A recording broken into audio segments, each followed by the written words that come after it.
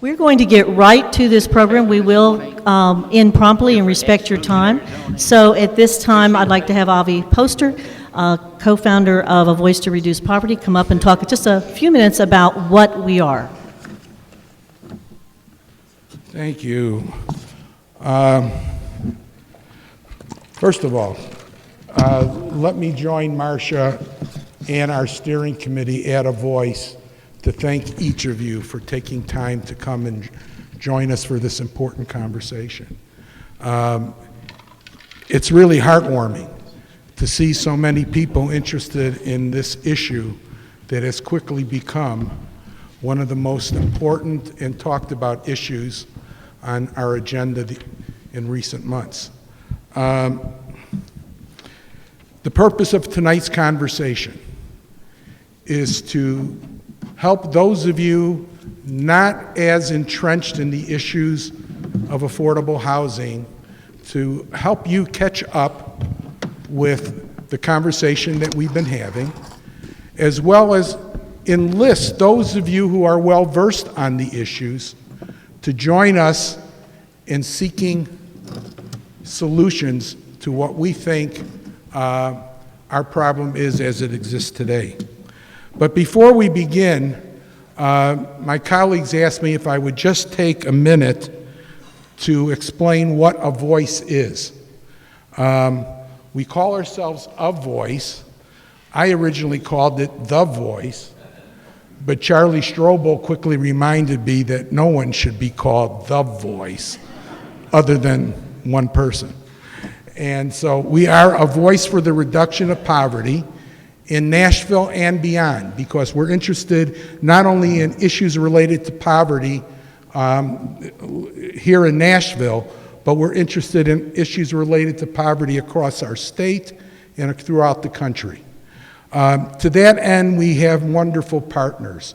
On the national level, we have a number of wonderful affiliates, including the Center for American Progress.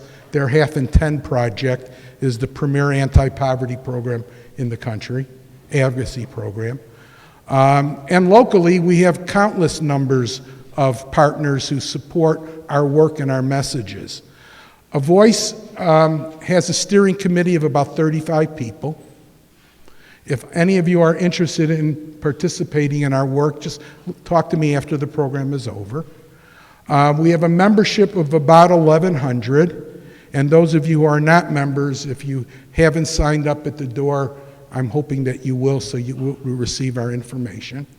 Our work is done in a number of ways.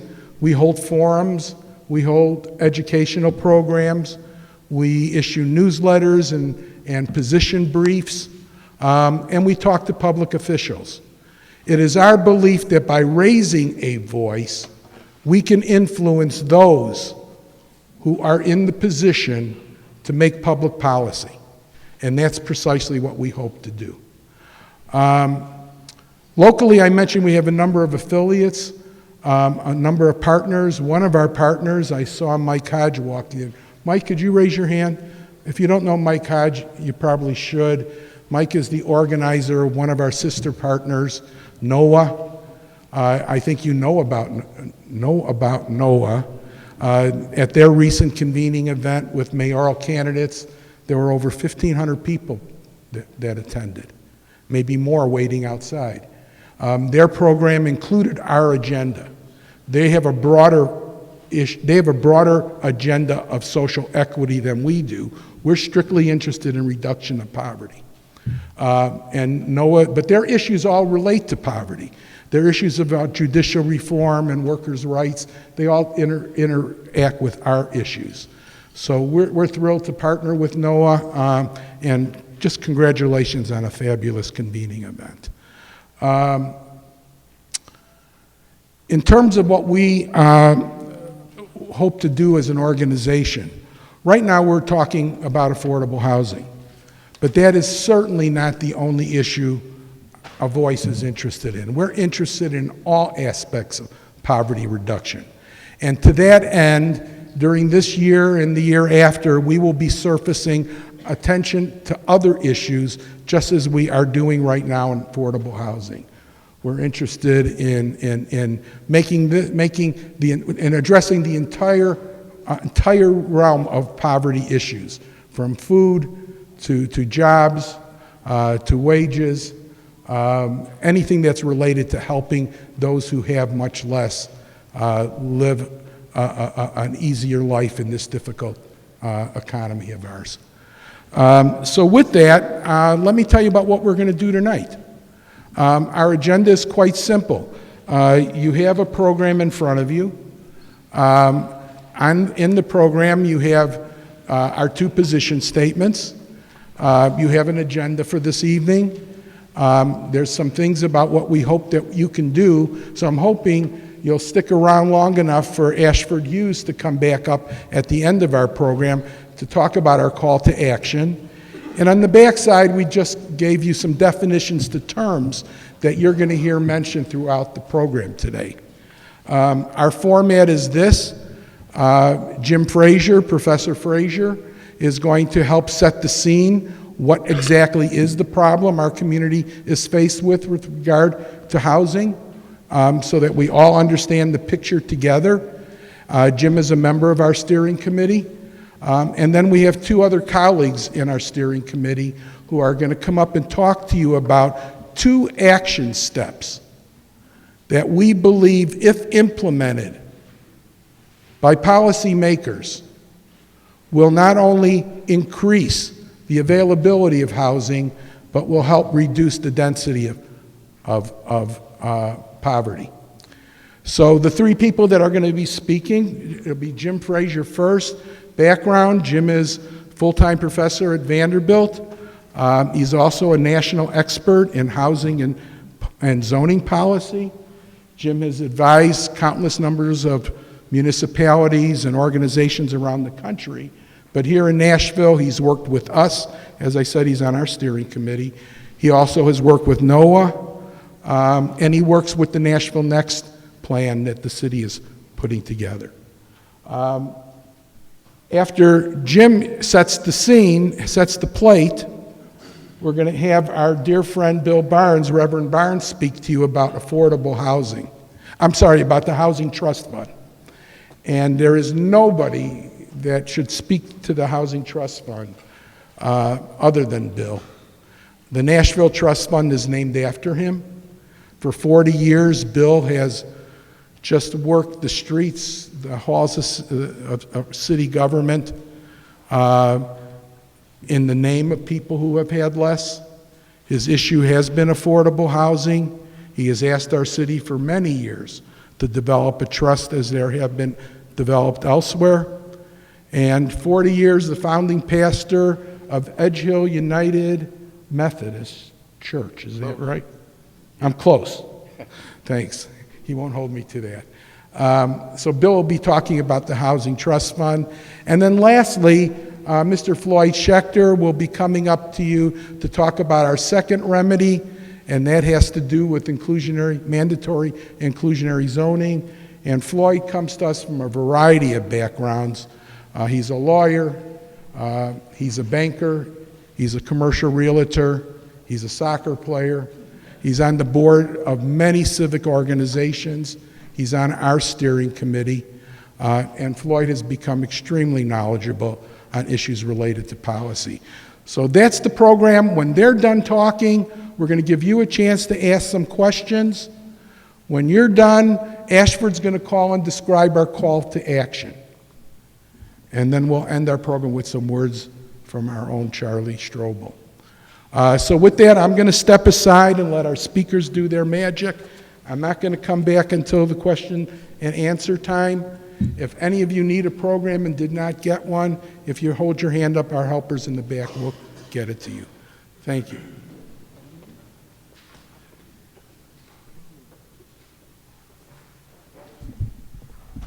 Good evening.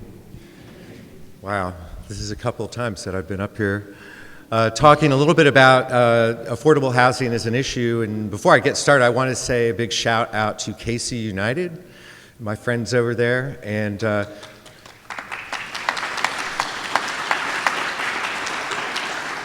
And I hope if you haven't learned about them or had an opportunity to speak with any of them, that you would do so, because they're doing real important organizing work around public housing, specifically, obviously, Casey, and what Casey's future will be, and as important, what the future for the current residents will be.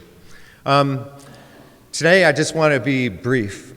There have been a few news articles out lately talking about statistics. There's a number of ways to break it down. But what I wanted to do tonight was first say that this is not just a Nashville issue. This is something that's going on around the country, and it is a lack of accessible housing for different groups of people, including homeowners and renters. And in fact, something that doesn't get talked about enough is the fact that people who are renting are perhaps the most vulnerable as our neighborhoods become hotter markets and are revitalizing, which isn't necessarily a good or bad thing, but tonight we're here to talk a little bit about how that could be done in an equitable way where everyone gets an opportunity to participate, as opposed to having to move further away from where they work, from their friends and family, and from the services that they've become accustomed to using. So, Ami Thurber, Jyoti Gupta, two graduate students at the university at Vanderbilt, took a lead on writing this report on equitable development and affordable housing with Doug Perkins and myself. And unfortunately, Ami and Jyoti couldn't be here tonight, but I just wanted to make sure that folks knew that our Department of Human and Organizational Development and our program, Community Research and Action, has actually produced quite a few people that I see in the audience and that are working around issues of housing. So hopefully you will see in that way that Vanderbilt and our department's trying to be relevant to the community in which we live. So in Nashville, there are about 259,000 households. And out of those, about 77,000 that are under a certain percentage of income pay over 30% a month in rent or mortgage. That may not seem like a lot to some folks, but it is a lot, especially when you're lower income, living on a fixed income, and have to make hard decisions about whether you're going to figure out transportation, figure out food, figure out what you're going to do with your children, and get to work. So that's a lot of folks, and I think that's why in the media and A Voice and NOAA have started to raise this issue, because it's a lot of folks. In fact, if you look up there, it's about 30%. But that's not the whole story. And as those of you who were at the NOAA meeting, I'm not going to take too long talking about this, know that in addition, there are about 27,000 families that are in some kind of subsidized housing. That includes the very important public housing program in Nashville, as well as Section 8. In addition to moderate income households that receive some type of subsidy. So altogether, as you see up top, there are 104,000 households, which represent close to 40% of our total population that's in need of some kind of affordability. Now, in the newspaper and in presentations, you'll hear people talk about, well, who are these folks? These folks are full-time teachers. These folks are people that work with me at Vanderbilt that do some of the maintenance work, who work full-time every day for the university, but still can only afford to live in public housing, which serves that important purpose. There are folks that are in a range of occupations, or young people that just came out of college. They're all of us. And all of us means from the very lower income to the moderate income. And part of the main problem is that real wages are not increasing at the same extent that housing values are. Again, it's not just something in Nashville, but it's not hard to see if we look around the city, especially in our, well, some folks call it the urban core, but I call it inner city neighborhoods because that's what they've been for a long time. And folks that live in these neighborhoods, people that I've worked with, are concerned about wanting revitalization in their neighborhood, wanting to see business development, wanting to see their area have better infrastructure, have better services, have things like grocery stores and stuff like that. But they're also worried about what's going to happen if housing values continue to go up. Let me give you just one example of this. Down in a neighborhood that some of my students and I with neighborhood residents worked in was Chestnut Hill, right south Nashville, right close, right next to Wedgwood, Houston. We redid the census because we wanted to find out, well, what is the average income or the median income? And we wanted to find out what types of housing products were being built down in that neighborhood to see if there was a match. 50% of the folks that live in Chestnut Hill make under $15,000 a year. You can go down there right now and buy a $300,000-$400,000 house on Second if you're driving in toward the city. We see the type of development that's happening that may be good for some folks, but it needs to be good for everybody. And so there needs to be continued development that organizations like Urban Housing Solutions does, the Housing Fund, Woodbine, all these organizations that have been around for a while that need even more support, that need our support as a public to fulfill the mission of having a Nashville for everyone. So before I leave you, I want to throw a couple more figures out for you. We're talking about almost half of the citizens or half of the households in our city who are having these issues. So I really want to leave you with the impression that if you thought at one point it was just real low-income folks or no-income folks, that's not what it is anymore. It's folks that we know. It's some of us. And almost every day since the NOAA meeting, folks have come up and said, oh yeah, I saw you do a little thing. I saw the awesome folks that were creating the NOAA event and the messages that came out. And by the way, I rent over in, let's say East Nashville. And I used to live in Lockland Springs. I used to live by 5 Points. It was real fun because I could walk to work. I could go out. And these are like, 20 to 35, 40-year-olds, a little younger than me. And now they're having to move out to Inglewood. And one might say, well, there's worse things than moving further out. But now moving out to Inglewood means that their transportation all of a sudden became an issue because everyone doesn't have a car. As Inglewood heats up, they're going to move out further to Madison or move down further south to Antioch, which are both awesome areas, but they're further away. And further away means that we're going to need to think about transportation and how that connects with housing issues, because it's not just housing. We need to think about the kinds of jobs that we're growing in the city. Some people like the term living wage and some people don't.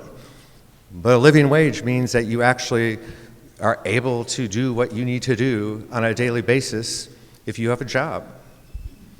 And that's not true for a lot of folks. So with that, 104,000 households in need. There's a growing need. That's because we're projected to have a much larger population over the next 20 years. And with that larger population, we're not just talking about housing people now in an affordable or accessible way. We're talking about housing a whole new group of folks. So if that one house represents 100 homes, there's 3,800 that we're going to need to build every year to accommodate the newcomers to our community, the folks that we hope will call Nashville home. And out of those, about 1,500 are going to need to be at some level affordable. Without that, and that's just what's projected, that's not taking care of the need we have now. Without that, the problem's going to grow. But the good thing is that we found that cities across the country are doing pretty innovative stuff. There's no silver bullet, there's no formula, but there are strategies that other cities have used that we outline in our report that you can find online in various places. I think Noah has it up, and if you have trouble, you can send a voice and email, and they'll make sure they get it to you. And two of these policies that have been shown in different cities to make a difference are having housing trust funds and funding them at a realistic level to actually address the problem or the challenge that we face. The second one is talking about having an inclusionary zoning policy where when we develop our city, a certain amount of units will be set aside for different income levels. This doesn't mean putting hundreds of very, very, very low-income households in one place because we're concerned with poverty deconcentration, although that term is a little misleading because we have very strong communities where there are a lot of poor people living together. We have very strong communities and communities who we could learn from, those of us who don't live, for example, in Casey. But what we're going to need to do is respond. We've been talking about it for a couple months now. People are eventually going to say, I'm tired of hearing the statistics. I want to hear about action. What can I do? Now, I'm going to turn it over to Reverend Bill Barnes, but before I do, I'll say what we can do, just like Noah did, and what A Voice is doing tonight, is calling out, as I said last time, Noah, to our friends and our neighbors who are our council people, to our friends and our neighbors who are running for mayor, and impressing upon them that this needs to be a platform. This needs to be something that we have a real sharp focus on.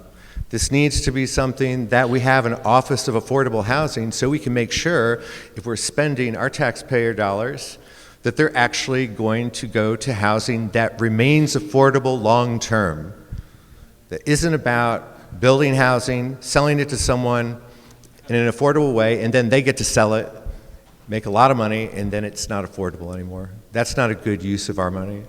But a good use of our money is to make sure that we have the tools in place to make affordable housing a part of Nashville for a long period of time. Thank you.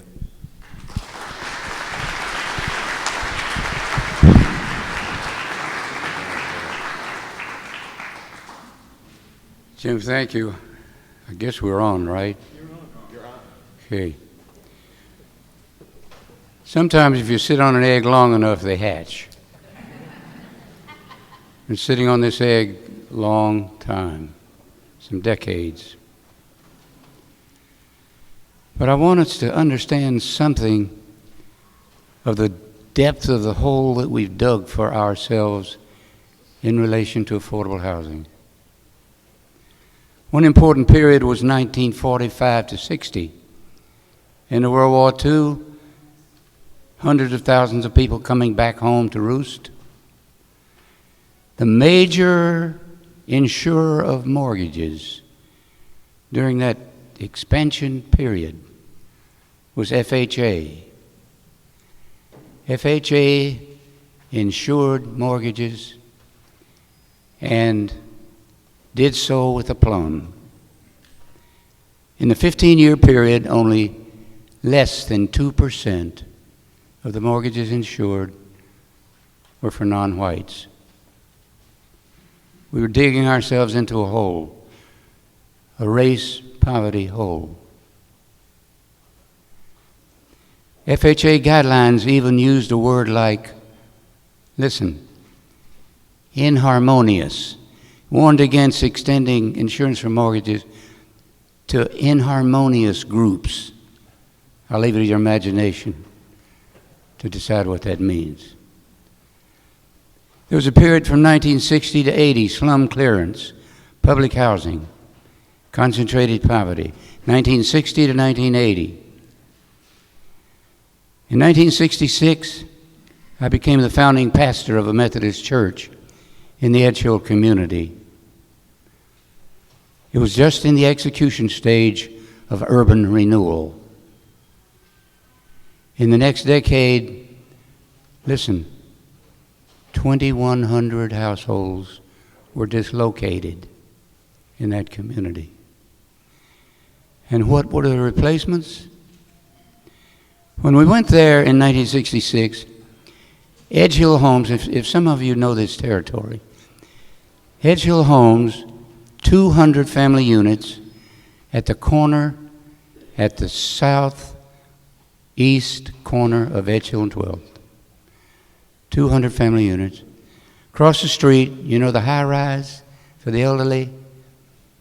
200 units for elderly and handicapped, along with the high rise and the cottages behind.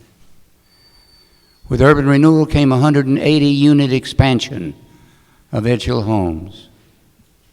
Just to the east, Hillside became 300 units of 235s plus rent supplements. In other words, they were for folks with income commensurate with public housing. We're seeing in office Mansfield Douglas, Kelly Miller Smith, Paxton Bryant. And we were looking at the map for the renewed Edge Hill, and it showed an additional 380 family units of public housing to the north of Rose Park School and wrapped around Rochelle Center. I hope some of you know what I'm talking about. I said, looking at that on the wall, this is wrong. You're making a county seat town out of public housing. We contracted with Avon Williams. Anybody know that name? Contracted with Avon Williams to lodge a federal court suit to stop that. Robert Weaver, the first black member of a presidential cabinet, came down and looked at it. We didn't have to go to court. He said, do something else with it. Make it into a turnkey 3-unit where single-family units, and if they kept their rent and so forth up, they could transfer that into purchase. Today, my friends, every single one of those units is under purchase and wraps around Rochelle Center. We dug a deep hole. In 1980, when Ronald Reagan took office, for the next decade, listen, 75% of the federal budget line item for low-income housing disappeared. 8 years of Reagan, 2 years of the first Bush. Now, I don't know, 75%, if you start with 90 plus billion, you're creating a crisis of low-income housing, the scarcity, the unmet need. And so we enter the 90s, the era of housing trust funds. That's what I'm supposed to speak about. Housing trust funds. When cities and counties and states begin to try to put funds together to provide housing for low-income people. Today, there are over 700 housing trust funds in the United States, most of them small, county, city, whatever. Let me give one set of numbers, and I'm going to get through here in a second. In the census, and please try to hang with me on this. In 2000, the census indicated this. Among renters who earn less than 30% of median family income, paid more than 30% of their income for their rent, numbered in Davidson County, 25,472 households. Multiply 2.3 and you get people. 10 years later, my brothers and sisters, 10 years later, the census told us in 2010 that the 25,000 had become 36,229 households with cost-burdened households. If you spend more than 30% of your income for your rent, if You spend more than you do without some food or some other basic necessity. We've dug ourselves a pretty deep hole, folks. On July 19, 2013, Mayor Carl Dean signed the Barnes Housing Trust Fund. And I give appreciation to Berkeley Allen, who's here today, and to Megan Barry, who signed that bill. Only thing was it put $3.1 million into the first year. The second year, that was down to $900,000, $500,000 from Metro, $400,000 from MDHA. Brothers and sisters, that's a great first. When I was at Vanderbilt, I played baseball, although nobody knew in those 50s anything about baseball at Vanderbilt then, but I'm proud to brag about it now. Baseball at Vanderbilt, baseball. It's like having a good second or third inning, but you still don't know what the final score is going to be. It's underfunded. I read the other day, and you may have too, that Austin, Texas just put $45 million into their housing trust fund. That Seattle just put $145 million over a 7-year period into theirs. We're running out. Our second year moves from $3.1 million to $900,000 altogether, including the contribution by MDHA. I just want you to get some notion that we're not gaining speed on putting people into decent housing. I want to end with a little bit of a story. Easter, 1974. Calvin Nolan, African American, big afro, lived in Edgehill Homes, brought to our congregation a picture that he had painted. He would never think Calvin was a painter. It was a great big picture showing workmen who stopped working. Their tools, their hammers are over here on the side. And behind is a huge Gothic arch. Calvin said he got his inspiration from a sign in the neighborhood about an Episcopal bishop in New York who wouldn't move into the Episcopal mansion, who sold it and moved into something smaller. Underneath was a saying that I hope you'll remember.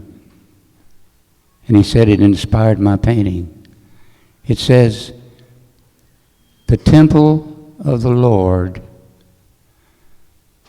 must remain unfinished until all people are housed in dignity." The temple of the Lord must remain unfinished until all people are housed in dignity. Not just the churches, but the places we choose to live have to remain unfinished, unplanned, untaxed, unsupported, until all people, including hundreds of thousands of children, until all people are housed in dignity. Brothers and sisters, we can make it happen.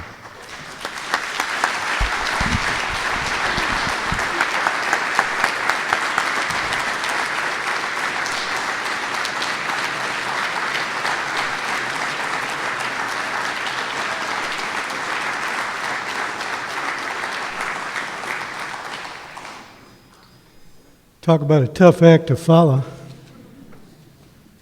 Bill, thank you very much. Your words are very, very inspirational. My name is Floyd Schechter, and as Avi said, I'm a commercial realtor and property owner. I don't build housing for a living. I got involved with A Voice because I felt it was the right thing to do. I've got a slide up on the screen, and you heard some of the statistics that Jim Fraser talked about and the Reverend Barnes did about poverty in Davidson County. On the wall is a map of Davidson County. On the right side, the far side, shows concentrations of poverty in the year 2000 in Davidson County. And in the left side, concentrations of poverty in Davidson County in 2012. Sometimes a picture talks louder than numbers. That's the growth, according to the United States Census Bureau, of people living in poverty in Davidson County. People living in housing-burdened homes where they can't afford to pay the rent and feed and clothe and house their families and pay for their health care. They have to make a choice every month. That's not a good-looking map. It's not something for us to be proud of, but it's a fact that that is the statistical evidence in Davidson County.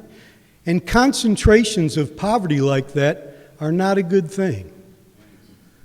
And what A Voice is here to talk about is how we encourage the development of mixed socioeconomic communities.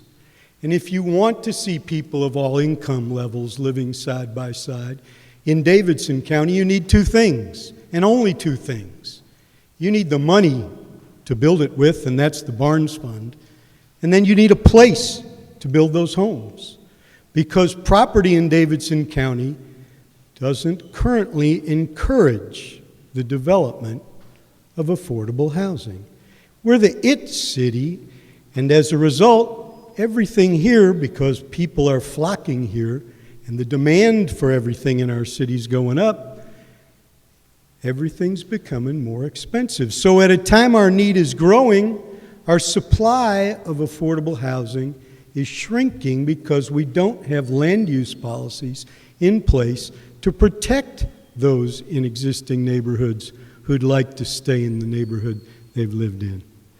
They have a choice: sell the home that's worth so much more, or feed their family. Move out so we can build a couple more tall and skinnies in your neighborhood.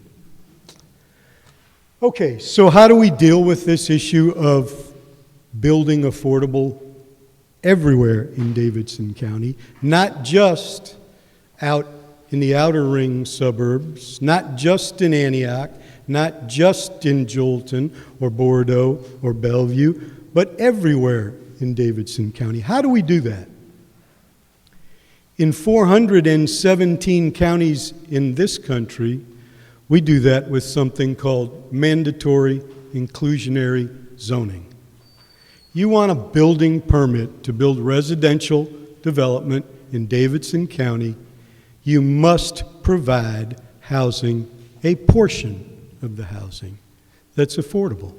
So the children of the police officer that protect you, the firefighter that save you, the nurse that heals you, and the teacher that teaches your children can go to the same school, can play in the same playground. When I played soccer as a boy, Avi said I was a soccer player. I played in the city of Chicago, and the languages spoken on that soccer pitch were languages I'd never heard before. But those kids learned how to speak English because they said, "Pass me the ball." They learned the language by playing with other children who spoke the language.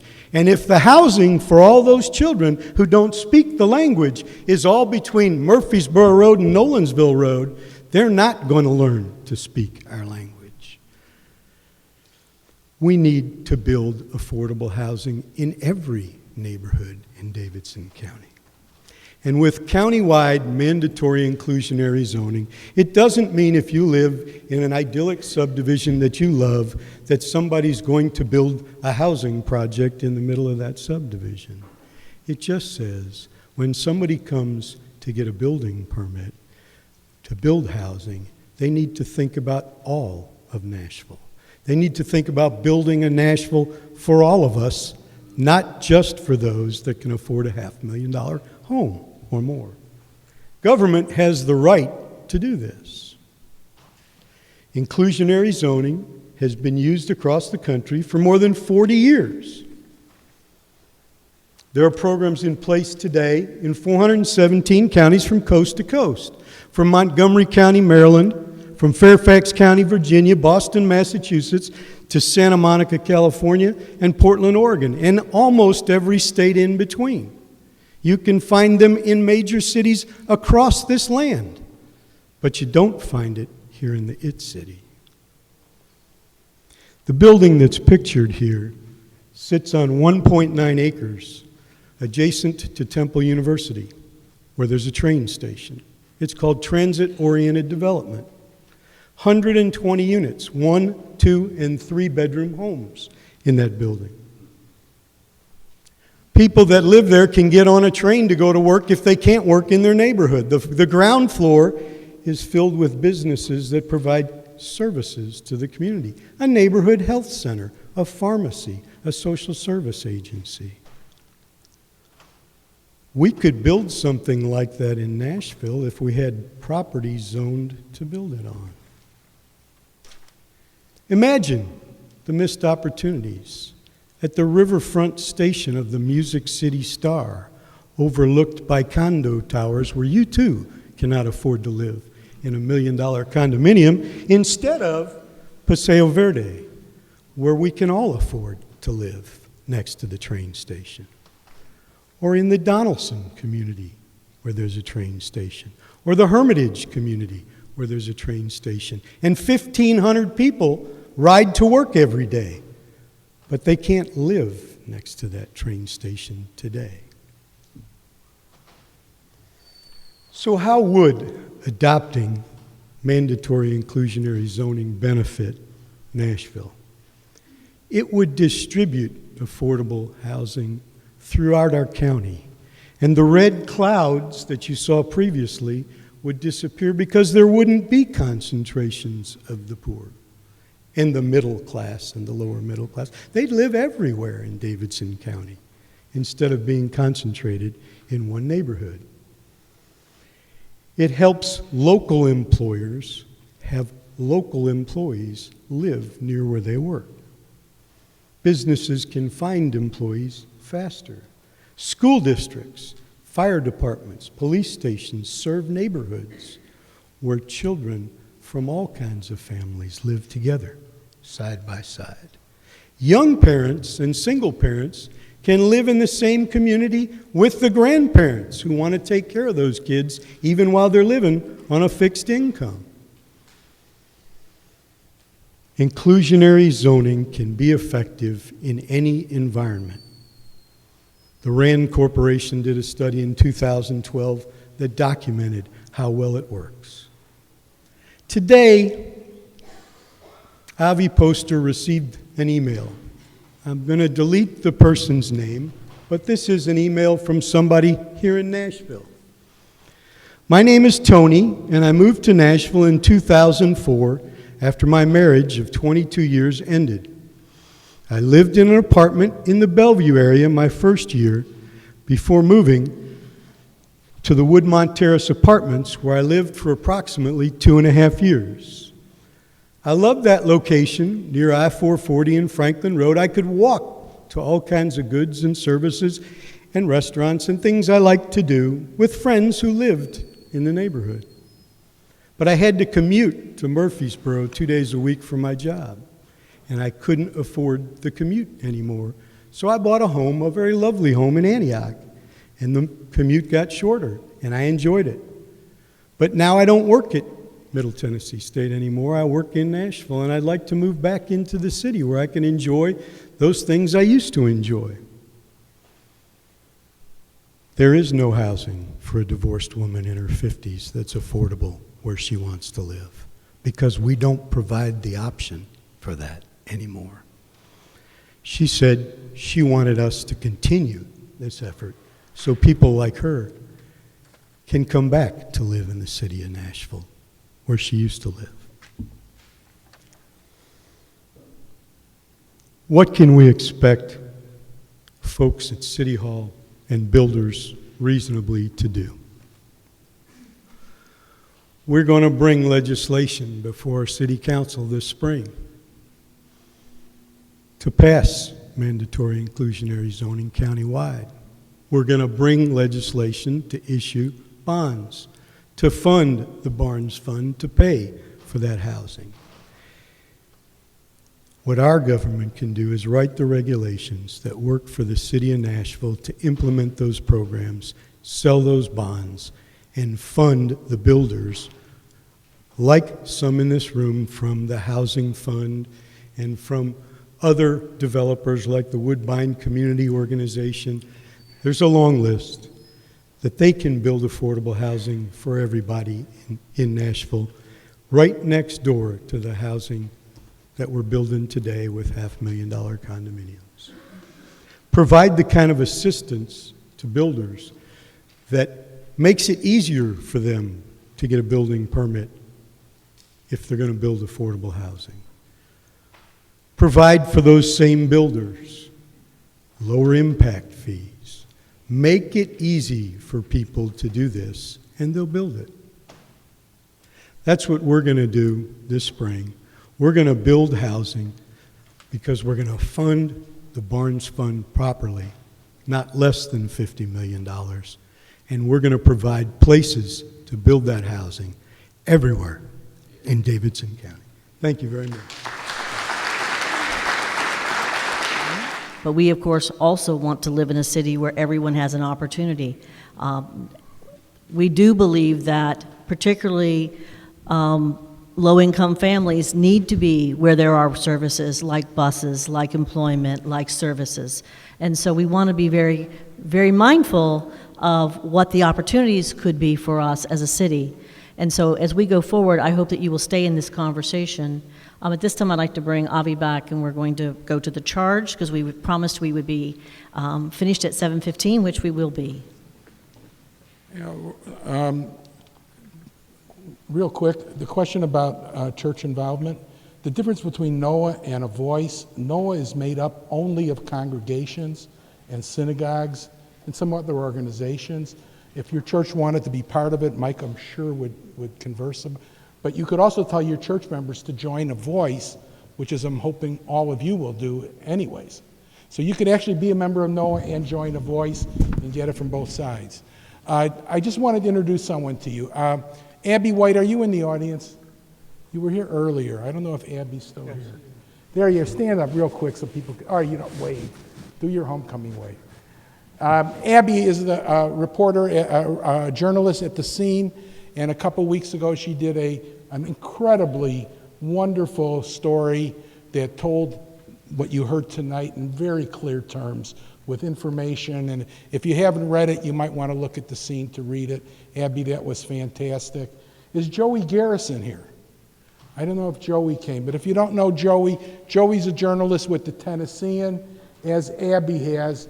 Joey has done some incredibly nice, thoroughly written pieces on affordable housing, and we thank the Tennessean as well. But both of them have kind of risen with Jim to be experts in our community, and we thank you for that. We're going to end the program with our call to action, and let me just explain what that is. Actually, Ashford is going to explain what it is. So you've heard the picture of affordable housing. If you heard two recommendations. One is to strengthen the Barge Trust Fund. Instead of it being at the amount it is now, to strengthen it up to about $50 million or more. Jim Frazier talks even more.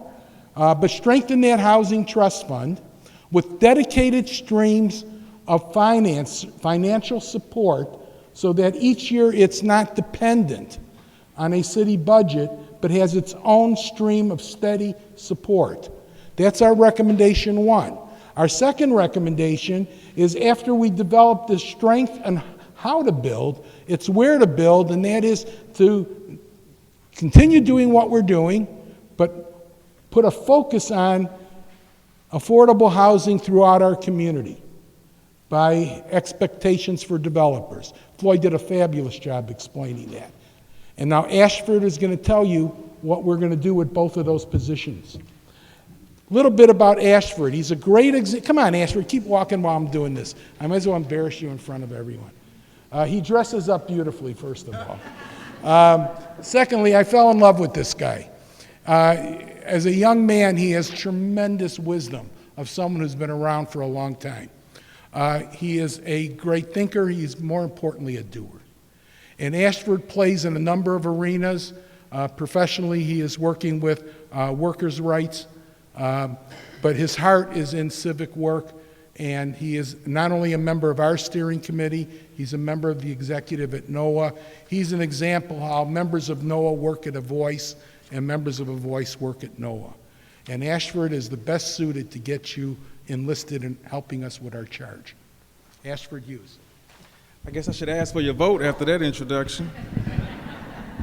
But I'm going to be brief and quick and to the point. First, I want to do a quick exercise. If you yourself are being personally affected by gentrification issues and housing issues, please raise your hand and keep them raised. If you know someone who is dealing with housing issues, gentrification issues, please raise your hand now. Okay, put them down. I would like to think that is everybody in the room, because whether you live in the southeast Antioch where I live, or whether you live downtown, housing issues affect us all. Right now, we are definitely in a crisis mode. And I say crisis and housing mode because unless we say what it is, nothing will change. Many of you are married, many of you live with a significant other. If there's a leak in the roof, if something goes wrong at home and that crisis isn't fixed soon, there's going to be all kind of other crises that come along with that as well. So we need to tackle this issue with just as much fervor as we do with that. So as Avi already said, to kind of sum things up where we are in this crisis mode, we have 104,000 households that are housing burdened, that have housing issues. 40% of Nashvillians have these issues. And with over 1 million people coming to this region within the next 20 years, according to Nashville Next, that is only going to exacerbate if we don't do something now about it. With our Barnes Housing Trust Fund, I'm from Knoxville, Tennessee. We allotted $10 million for that housing trust fund. Here in Davidson County, the IT city, we haven't even allotted barely a third of that funding. Something isn't just adding up right. With inclusionary zoning issues, if we don't change what we're doing right now, our neighborhoods will begin to become more segregated by class, more segregated by race, by socioeconomics. We need to make certain that we address this crisis right now. So Ivy also brought it up, NOAA and A Voice, two organizations that have come to the forefront recently to tackle these issues. And I definitely would not leave out KC United, who has been working on these issues for like the last 2 or 3 years. So we have to give them credit as well. NOAA, I'm a member of NOAA as well as some of the other members of Voice. We are an organization made up of organizations tackling specific issues, one being housing, funding it, building it, and preserving it. We partner with A Voice, who is a coalition of individuals who are willing to try to tackle the same issues on housing, funding it, building it, and retaining it. We, as a united front around these housing issues, need to make certain that we have one unified voice around these issues. Father Strobel, Lindsay Crinks, who work with some of our most vulnerable members, they know what that is like. And unless we work together in a unified voice, we will have the same old situations that we have going on right now. I can't say it enough that there is an urgency of now. We can no longer continue to say, let's wait and see. Over the last 20 plus years, Mike Hodge will tell you it's been 30 plus years, we've been going along the lines of, okay, wait, not now. We have to get this perfect policy in order to move the needle. Well, you tell the residents of KC United right now who are going through the mix of possibly being gentrified out of their homes, you tell them to wait.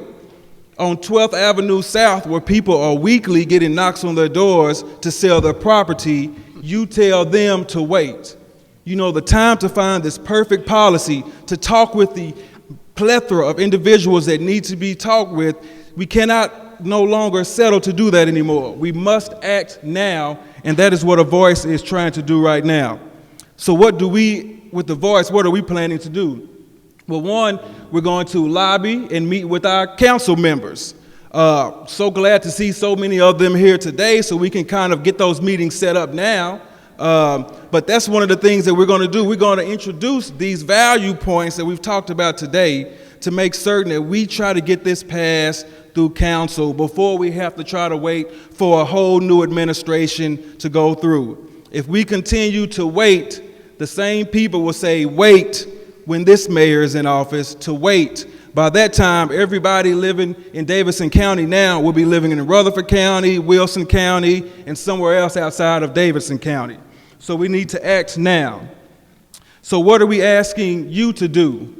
Well, one, we're asking you to join a voice in this fight for affordable housing. We're asking you to partner with us, with NOAA, with Casey United, to work to make certain that we influence our elected officials and those individuals. I think I see Paul Johnson back there in the back that deals with housing issues. We need to talk with them and to make certain that our voices are heard. Like the lady in the pink said, if we don't let our voices known, then they will continue to do as already done. So if you don't know your council persons or who your council person may be, I'm going to give you a phone number, because we're asking you to contact them to say, as a resident of Davidson County, I want you to support a dedicated funding stream for the Barnes Housing Trust Fund.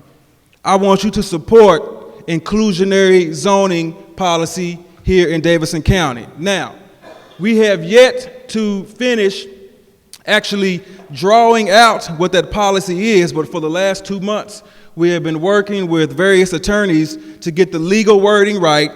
Then we take it to Metro Legal to get it approved, and then we will be able to come back to you to say, these are the specifics about said bill that we want you to work with us on. But for right now, this is the office number at Metro Council, 862-6780. 862-6780. 615, you got dial 615 now. If you have access to a computer and the internet, you can find out who your council person is by www.nashville.gov/metro-council. You'll be able to look to the right and you'll see find council member. Then you'll be able to type in your address to find out who your council member is. But we really need everyone here today to try to find a way to get involved with A Voice, with NOAA, with Casey United, with Lindsey Crinks, with Father Strobel, to try to find ways that we can help alleviate this crisis that we're facing right now. So with that being said, I will bring up my friend, Father Strobel.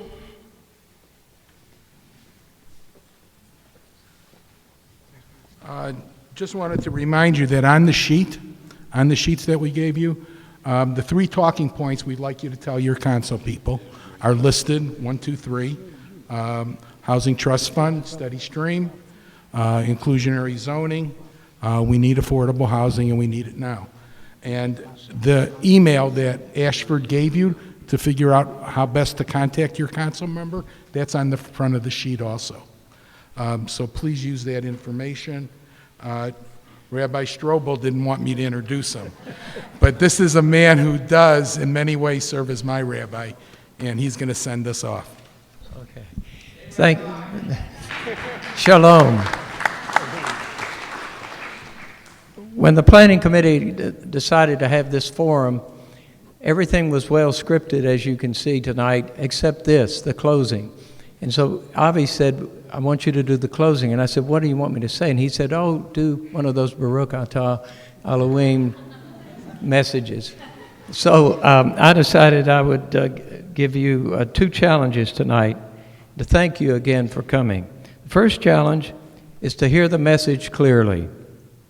How many of you have seen the movie A Life of Brian? Well, it was back in the 1970s. The Life of Brian is a satirical parody of the biblical times at the time of Jesus. And Jesus is portrayed as just another one of those itinerant preachers or Messiah types with dozens of others. And Brian is another Messiah type. and he has his own followers. And there's one scene where Jesus is at the Sermon on the Mount giving the Beatitudes, proclamations, and Brian and his ruffians are halfway down the mountain, and they are only hearing part of the message, and they can't understand what's going on, so they begin to argue among themselves. And one of them says, "Blessed are the cheesemakers." Why are the cheesemakers so special? And another one says, "Blessed are the Greeks." Well, what's so special about the Greeks? The point, of course, is the farther we get from the charismatic message, the greater the sense of distortion. And so the first challenge for you tonight, as we leave here, is to hear the message clearly. There are two issues, inclusionary zoning and the Barnes Trust Fund, and to hear it clearly. And I hope that this forum has given us an opportunity to give the message clearly without distortion. The second challenge is best said in the words of the great Jewish philosopher Martin Buber, who said, and I quote, "When people come to you for help, do not turn them off with some pious words saying, 'Have faith and take your troubles to God.' Act instead as if there were no God, as though there were only one person in all the world who could help, only yourself." Isn't that a great quote? Let me read it again. "When people come to you for help, do not turn them off with some pious words saying, 'Have faith and take your troubles to God.' Act instead as if there were no God, as though there were only one person in all the world who could help, only yourself." As you leave here tonight, not only hear clearly the message, but also become a voice to help those who need affordable housing. So now in closing, Baruch atah Adonai, Amen.